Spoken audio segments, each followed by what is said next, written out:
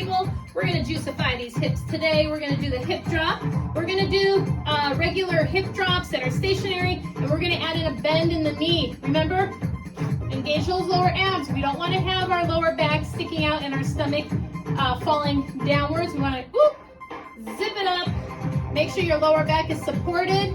And if you wanna add a little more juice, lift up that chin slightly and bring the shoulder forward, okay? But remember, engage your lower abs, protect your lower back. Let's start with a regular hip drop. 1, 2, and down. 1, 2, and down. 1, 2, and down. Last one. 1, 2, and down. Other side. Gotta work both sides. Are you ready? Here we go. Drop.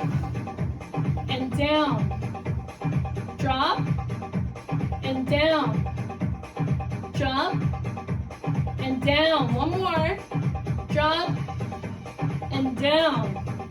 Okay, let's do it to the beat. Okay, we're gonna do 1, 2, down, 1, 2, and down. Okay, that's how it's gonna look. Are we ready? 1, 2, 3, 4, 5, 6. Hip drop. 1, 2, down. 1, 2, down. 1, 2, down. Last one. 1, 2, down.